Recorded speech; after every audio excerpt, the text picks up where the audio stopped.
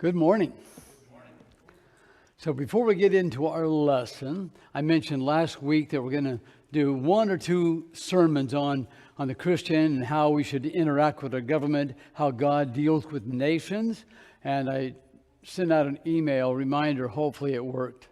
But if you have any questions, specific questions you'd like to know about how we're to interact with our government or how God deals with nations, there should be 3x5 cards in all the pews. And please fill it out, hand it to an elder or me. It can be anonymous, or you can email it if you don't have a question but have one later. Does anybody need a 3x5 card? Raise your hand if you do. Oh, good. Okay, we got them all dispersed. Fantastic. All right, let me just get set up here. I got to get that cursor going. And this is what you broke. Okay. Well, we'll have some fun. All right.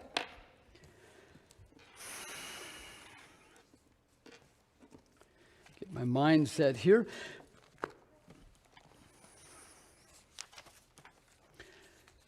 Last week we talked about two miracles. We called it interrupting a miracle because Jesus was on his way to save the life of a little girl, and they got interrupted.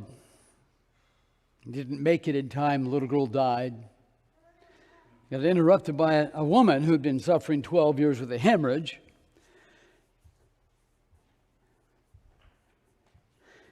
But Jesus knew what was going on, didn't he?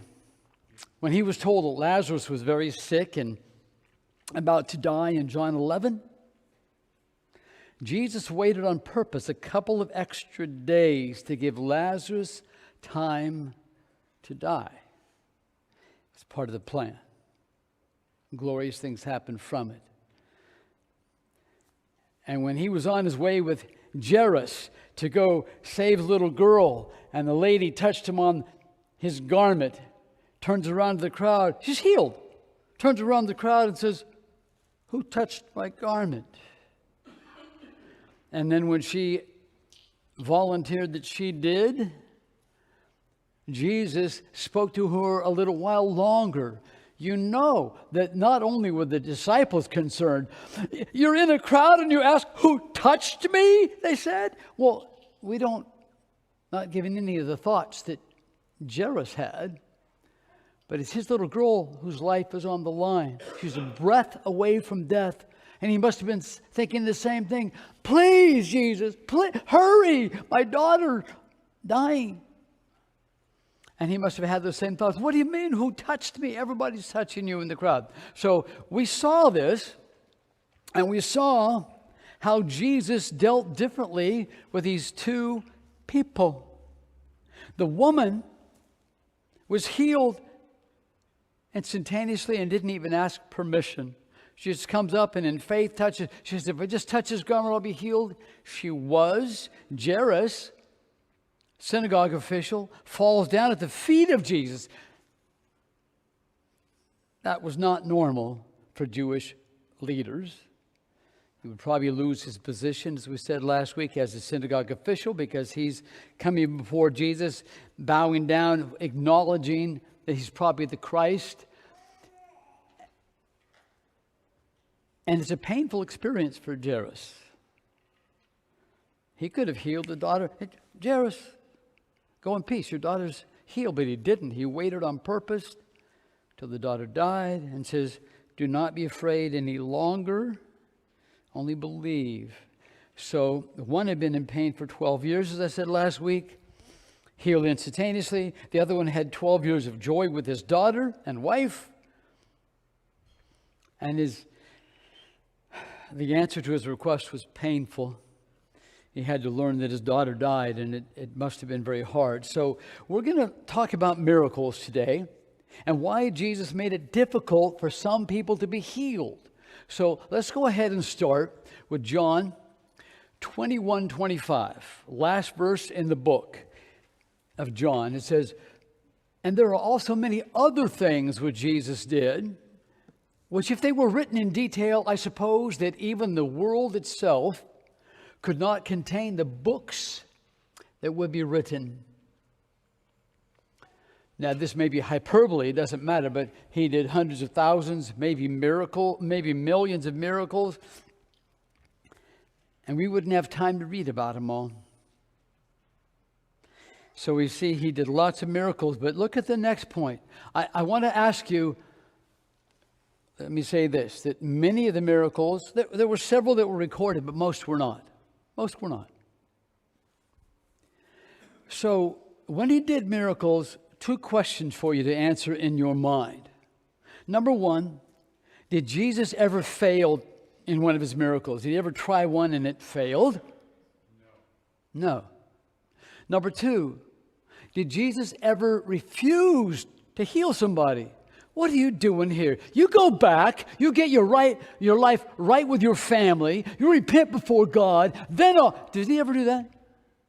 Do we read of one time ever in the scriptures when somebody asked Jesus for a miracle that they didn't receive it? The answer is not a single time. 100% of the time, he healed everybody. And so looking at Matthew for scriptural support, Matthew 8:16, the whole town was coming to Jesus at Peter's mother-in-law's house, or Peter's house. And it says, when evening came, they brought to him many who were demon-possessed, and he cast out the spirits with the word and healed all that were there. Every time he did miracles, he healed them all. Not if they were good, not if they were faithful to God, but everybody. We want to remember that premise in our heads, that he answered all requests for healing. Here's a strange thing. Why did he make it more difficult for some people to get healed? Why? And don't answer out loud, but we read in Romans 2:11 and Acts 10:34 that God is not partial. He shows no partiality. He loves you, Harold, whether you're a Jew or a Gentile. He loves you whether you're a man or woman, short or tall, old or young. No favoritism with God. And there are other scriptures that say the same thing. If God is not partial, if he doesn't show favoritism, then why were the majority of the people healed instantaneously without any requirements at all? And why did Jesus make it extremely difficult for a few people to be healed? That's what we're developing today. And this was born back in October of 2021 when we had a class on the Syrophoenician woman, and we weren't unanimous on it. Some people, we read that story that was our reading today, and some people, when he says it's not right to give the children's bread to the dogs, and we didn't agree on what that meant. Some of us believe that Jesus was insulting her on purpose. No.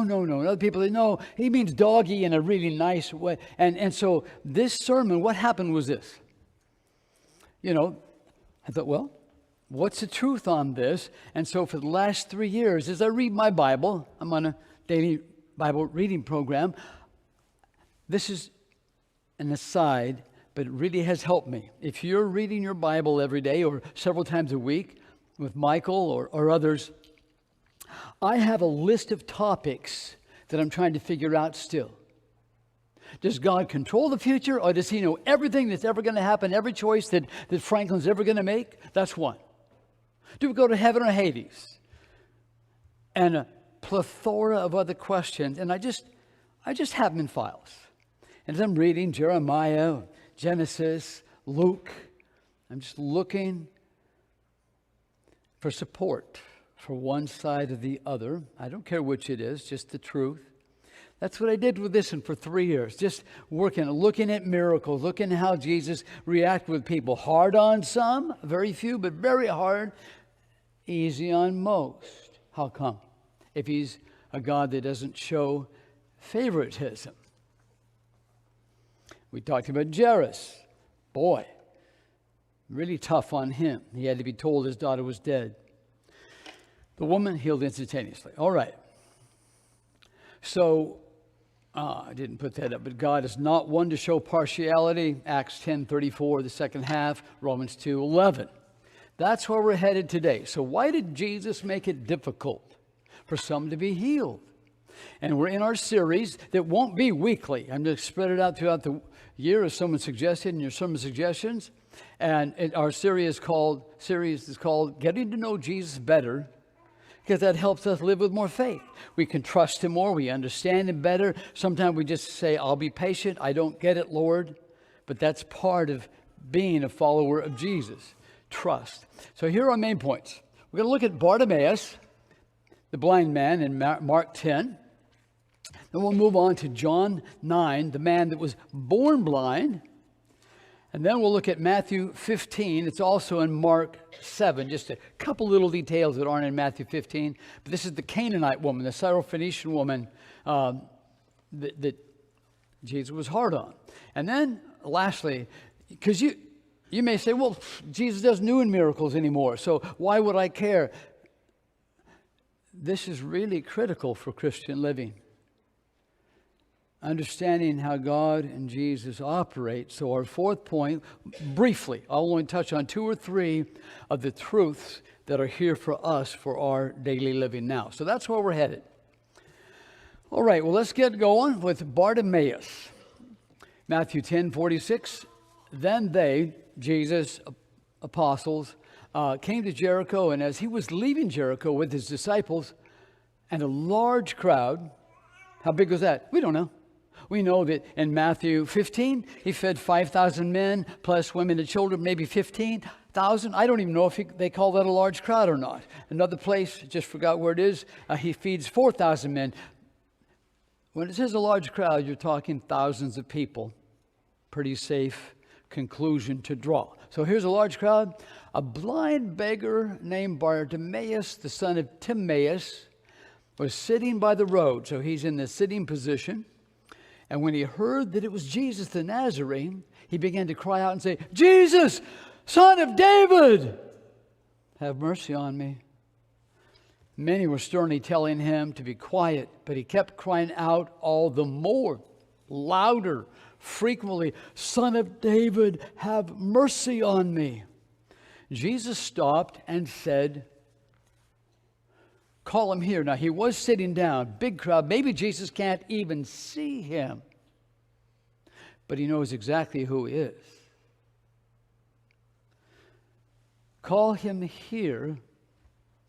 So they called the blind man, saying to him, take courage, stand up. He is calling for you. Question now. Jesus is a busy man with a lot to do. Which is easier? Jesus is walking along on the road. Which is easier? For Jesus to just go over to the guy, Bartimaeus, and heal him, or to wait for the blind man to take his cloak off his legs, stand up, grope around. Jesus, where are you, Jesus? Which is easier and faster? For Jesus to go to Bartimaeus, but he didn't. How come? Why did Jesus, it's small, why did Jesus require him to come to the Lord? Not a difficult task, right? Harder than the widow, harder than the woman in Mark 5 who just touches him and was healed, but he required something of Bartimaeus. No participation from many. Why the difference? Others he required. How about, oh, by the way, how about the woman in Luke 7, the widow from Nain, whose only son died? They're in a funeral procession, and they don't ask Jesus for help. They don't ask Jesus for help. My point, Jesus touches the coffin, stops the funeral, didn't even ask for help. And he says, arise, young man, or something like that. Didn't even ask for help. And he healed him, but not Bartimaeus. And it's going to get tougher in our next examples for those that Jesus is going to bless. Here's Bartimaeus again. So Tell him to come to me. Throwing aside his cloak, he jumped up and came to Jesus. And answering him, Jesus says,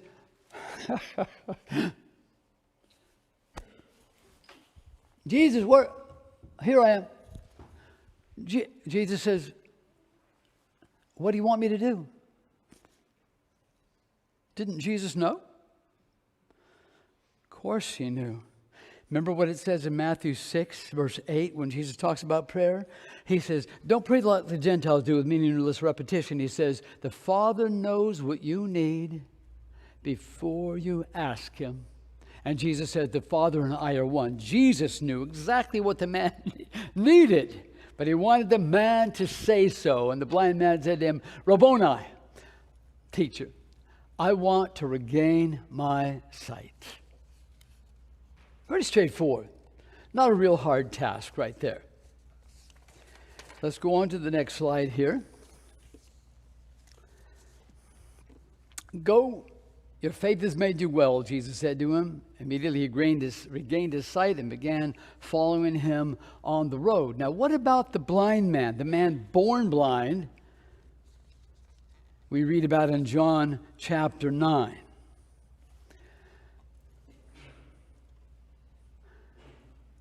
John 9:1, as he, Jesus, passed by, he saw a man blind from birth. We're not going to read much of this. But he sees a man born blind from birth. His disciples ask him why he was born blind. Jesus answers that. We'll get to that later. But in verse 6, stopped by the blind man, we don't know his name, spits on the ground and makes mud, clay, it says. And when he spat on the ground, he made clay of the spittle and applied the clay to his eyes and said to him, go, wash in the pool of Siloam, which is translated sent. Pretty easy, right? Pretty easy. You get on your cell phone, you call Uber. Hey, I need a ride to the pool of Siloam. One of my goals, I've said it before, I'll say it many more times, is for when we read the scriptures, and I'm getting better, but when we read scriptures, try to leave the American 21st century ideas behind, be back in the first century when they didn't have cars and bicycles and this kind of thing. And Jesus says, go to the pool of Siloam. Easy, right? Like Bartimaeus, just tell them to come here. Not at all easy. They had just been, if you read the last verse in chapter 8, we're now in 9, they had just been in Israel. Excuse me. Go watch the pool of Siloam. They had just been in the temple. And I can't use the cursor right here, but I kind of have some diagrams for you. The temple is near the top in the middle, and the pool of Siloam is about 3/4 of a mile away. And he's blind. Doesn't have a seeing eye dog like, Lord willing, Linda Kay will in 2 weeks from Tuesday. No seeing eye dog. So tell me about it. Be there. What's it look like? Can somebody take me to the pool of Siloam? Hell, anybody that can somebody lead me there? Overall, were the Jews sympathetic to suffering people? No. In fact, they believed, as did Jesus' disciples, that when a person was suffering, it was direct punishment from God for a specific sin or lifestyle that they were living. They weren't sympathetic. But Eric, here you are in Jerusalem on that day with your sandals on and your robe. You're heading to either a family get-together or a Bible class. And here's this guy with mud on his face. I hear you. Sir, can you take me to the pool of Siloam? And he looks weird. He's got mud on his face. You don't know anything about him. Well, how'd you get mud on your face? Jesus put it there. Told me to wash. Can you take me? I don't have time. But I'll tell you what I'll do. Eric, not you now, because now the guy's going to do something that isn't so good. But I don't have time, but I tell you what, I'll get you a glass of water. and you can wash it off. No. Why? Because Jesus told me I have to wash in the pool of Siloam. You know how many baptistries there were? Jerusalem wasn't that big compared to cities today. Sumner has much bigger physically than Jerusalem was. Probably about a mile north and south, something like that. And it's going to take, if you walk 3 miles an hour, which is not fast, but a pretty good clip, 3/4 of a mile, there and back, it's going to take about a half an hour of walking if you don't help the guy into the water down all the steps. If you've ever seen the Pool of Siloam, they found it. And make sure he doesn't drown and that kind of thing. It's going to take a half an hour, even if you don't watch the man rejoice, just to get him there and back. And he's weird, mud on his face. You say, well, listen, did you know that there are they found over 200 baptistries from the first century Jerusalem? They call them mikvahs because the Jews were into ritualistic washing. You're probably aware of that. Over 200 baptistries. Listen, how about if I just take it to a baptistry? A mikvah, they called it. No. Jesus told me the pool of Siloam. I don't have time, sir. If anyone even spoke to him. Maybe someone took him all the way. But if they didn't, Teresa, you sound like a lady. Can you help me? Your footsteps sound like a lady's. Can you tell me at least how to get there? Well, go forward, cross the street, listen for the animals that are coming, horses and camels and donkeys, and don't get hit. And then when you hit the building, then you make a left and go to the building ends and then make a right and go. I don't know how to tell you this, sir. Why not just wash it off? But it didn't. He wanted him to go about 3/4 of a mile and wash it off. That was no easy thing. We could go on, but I just want to paint a picture that Jesus could have been so much easier on this man, but he required a lot of him. And I don't want to answer all the questions now, like the truth, but I want to say one thing. Why was Jesus hard on him? Or the woman we're going to study about in just a minute. Because he knew that the people he was hard on had the faith to persevere. He knew Jairus, even if his daughter died, Jairus would be really upset probably, but he knew that Jairus, who was willing to do anything to save his daughter, would not give up. So Jesus carefully selected individuals because he could read hearts and minds. We have examples in the end of Mark chapter 1, Luke 7. He carefully chose individuals that he knew would not give up so that they would be an extreme and positive example of faith for all time. Here it happened 2,000 years ago. A nobody, right, my word, but I mean, an unknown person. And you all know about him. And this isn't the first time you've heard about him. Jesus had a reason why he was hard on some people, but he carefully selected them and wasn't hard on most. So, he had a much more difficult time, 10 times, 100 times more difficult than Bartimaeus.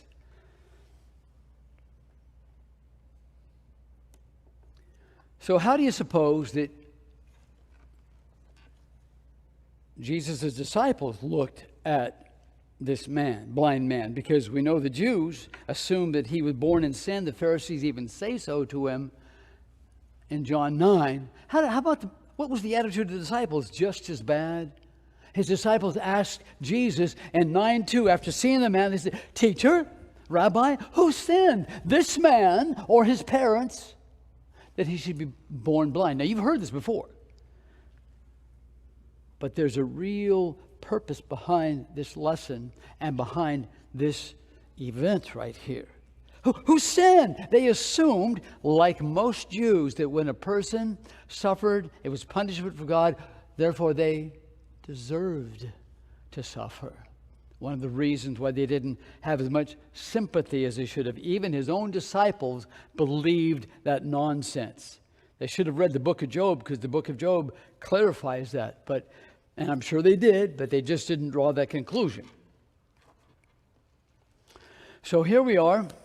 Let's see, is there anything else I want to say? The blind man. I think just that he chose people to be hard on that he knew would not give up, that would prove to be faithful examples for people of all time. Let's go ahead and go to Matthew 15. Jesus went away from there. He's in another place now, but he went away from there and withdrew into the district of Tyre and Sidon. And a Canaanite woman, Mark 7 says she was a Gentile. Here it says she's a Canaanite woman, so she's not a Jew. And a Canaanite woman from that region came out and began to cry out. Mark also tells us they found a house. They got a house, and Jesus didn't want anybody to know he was in town. Apparently he wanted time to just spend coaching his disciples, resting, this kind of thing. But they found a house, didn't want to be noticed. But this woman found out. That's in Mark 7. And a woman from that region came out and began to cry out, "Have mercy on me." Now, from Mark 7, it looks like they're in the house. But there's 13 men and maybe more. They had other people that followed with them from the time of his baptism to the time of his resurrection. But whatever, they're in the house. Apparently she goes inside, but it doesn't matter. She finds him. She's not blind. She's asking him for help. "Have mercy on me. My daughter is cruelly demon possessed." Before we go on, let's establish a couple of truths. Because I think when we disagreed on this in October of 2021, I think people felt like, oh, Jesus would never be rude. I got the impression, oh no, dog is a compliment. I mean, I'm rewording because they don't know.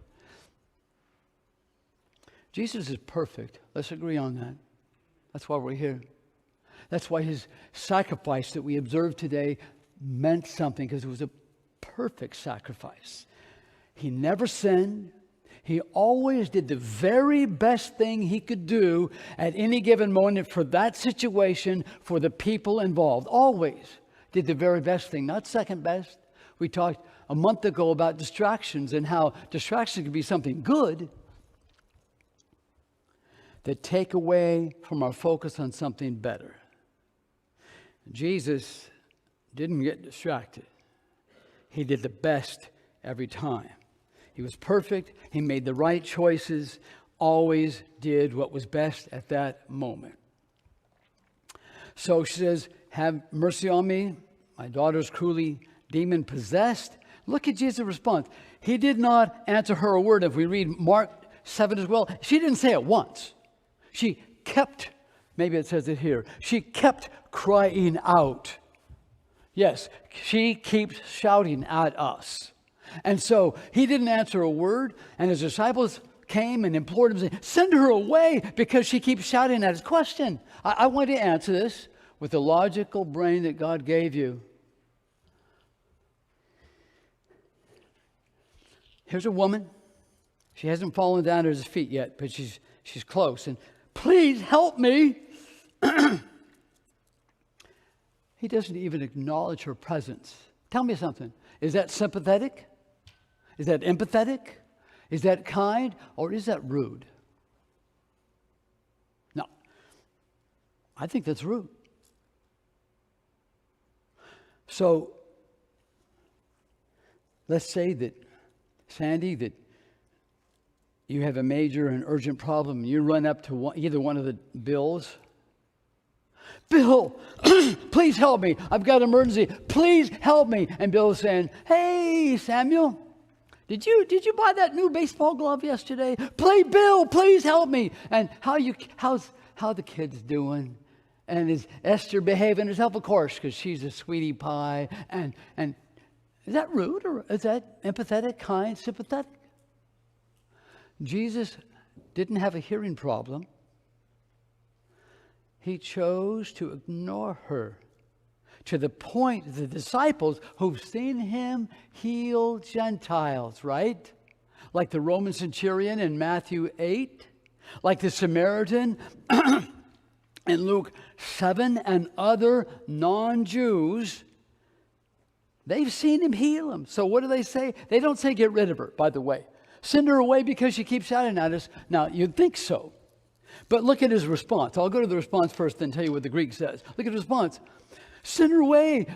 But he answered, I was only sent to the lost sheep of the house of Israel. They're saying, help her and send her away. And that's what the word often means. If we look up in a Greek dictionary, the best one, badag, it says a couple. Here's what it says. Definition number 1, grant acquittal or set free. That could be healing her daughter. Number 2, release from a painful condition. Number 3, send away or dismiss. You can get rid of them without helping them, but it's a third definition. Number 4, grant a request so to be rid of. These disciples, because of Jesus' response, are saying, help her, Jesus, because we can't concentrate. Help her, and then send her away. That's the message. He says, no. I have a mission, and that's to help the Jews. And that was his mission, by the way. But he made plenty of exceptions, didn't he? So he's not being kind here. I don't see how anybody that reads it could, if we read it slowly, that we could assume that. Okay? But she came and began to bow down before him. Lord, help me. And he answered and said, it is not good to take the children's bread and throw it to the dogs. Compliment? He means, since he was sent to the lost sheep of the house of Israel, it isn't right for him to take things that were intended for Israelites and give them to dogs, the Gentiles. This is exactly what it means. And by the way, I've looked it up more than once recently. Every single time the word dog is used in the Old Testament, number 1, Jews did not have dogs for pets by the first century. Can't find a single Bible example of a Jew with a pet. They were dirty, unclean, and Jews at that time. Now, by the 4th or 5th century AD, the Talmud says some Jews did, but not at this time. Not a single scriptural reference that any Jew had a dog as a pet. Number 2, they were looked at, except for one reference out of about 80, looked at as a very negative animal. He's not calling her some nice name. Gentlemen, wives, how often, when was the last time you called your spouse a dog and it was intended to be a compliment? Anybody? We don't do that. You know, you remind me of you're as nice as a poodle, as pretty as a Labrador. I'm being facetious, but Jesus is perfect, and we don't need to defend him. Did he ever insult anybody else? Multiple times. You whitewashed tombs full of dead man's bones. To Peter, get behind me, Satan. Nicodemus, you're the teacher of the law and you don't understand. Jesus insulted a lot of people because he knew what he was doing. And sometimes he could read their hearts. Sometimes the softer method didn't work. He's making it very tough on this woman to stay there and to persevere and to keep asking. And yes, he insulted many people because it was the right thing to do at the right time to save people or to have a greater good. He knew exactly what he was doing, and we don't need to protect him. He is our rock. He is our protector. Now, we're to contend for the faith, but we don't need to protect him. Whatever he did was always perfect. So he says it's not good to the woman to take the children's bread, the Jews' bread, and throw it to the dogs. You Gentiles, you don't deserve it. My words. He didn't say that. She agrees with him. But she said, yes, Lord. I agree. Yes, Lord. But even the dogs feed on the crumbs which fall from their master's table. She's not arguing with him. I understand, Lord, that I'm a Gentile. And you came for the house of Israel. But even dogs get the crumbs from the table. Now, Jews didn't have pets as dogs, but Canaanites did. What a marvelous example to respond to Jesus with. Then Jesus said to her, "Oh, woman, your faith is great. It shall be done for you as you wish." And her daughter was healed at once. Why so hard on the woman? I've kind of answered her already. But this woman, she was like Jairus. She was not going to give up. She would do whatever it took within her power to get her daughter healed and free from the demon. She wasn't going to give up, and Jesus knew that. So he seized this opportunity to reveal an incredible faith to the entire world. I don't know how many Christians have lived from 33 AD or whenever it was to now. There's 2 billion that claim to be Christian, but how many? I don't know. But hundreds of millions, I would assume, in the last 2,000 years. And anybody that reads their Bible, even non-Christian, knows about this woman's faith. And that's an example for us to say, wow, God put this here for me. It wasn't recorded for years after this happened. It was recorded for us. And we say, that's how God wants me to respond to my pain and my trials. He's well aware. He knows what I need before I ask him. But he wants me to ask him, and he wants us to persevere. And so these are beautiful things, and Jesus did exactly the right thing for this woman. Jesus was hard on a few people, but he was very careful about who he selected, and he chose the ones like Jairus, this woman, the man born blind. He chose them very carefully because he knew they would not give up. This is there, this is here for our blessing. So I'm going to go back to John 9 for just a second. Why was the man in John 9 born blind? Jesus, who sinned, this man or his parents, that he should be born blind? That was the question that the apostles asked. Obviously, you're not born blind unless somebody sinned, because all suffering, his disciples thought, was direct punishment from God. So why was the man born blind? Jesus said, because it was so, but it was so that the works of God might be displayed in him, might be shown to him. God to be glorified. Like when he raised Lazarus from the dead, he said the same thing. He raised Lazarus to glorify God. So how did this man react after his healing? Because he was disfellowshipped. He lost his right as a Jew to worship in the synagogue, to interact with his parents. He lost it. So how did he react? Okay, he was healed, but he lost this very important relationship.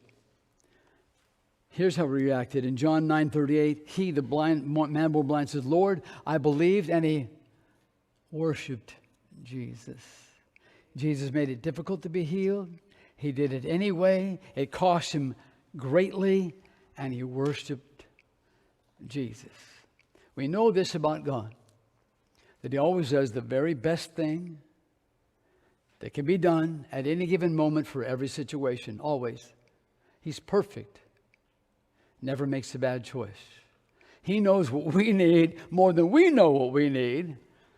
And he wants us to win others by our faith and action. And sometimes that means they will watch us as we suffer. Sometimes that will mean they will watch us when we prosper.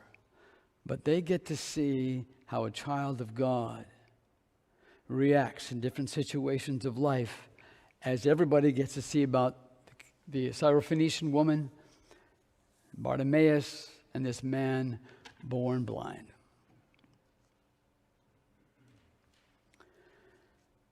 They watch us when we're suffering. Are we still kind and thoughtful? Or do we get grouchy? That's a tough one when we're in a painful situation.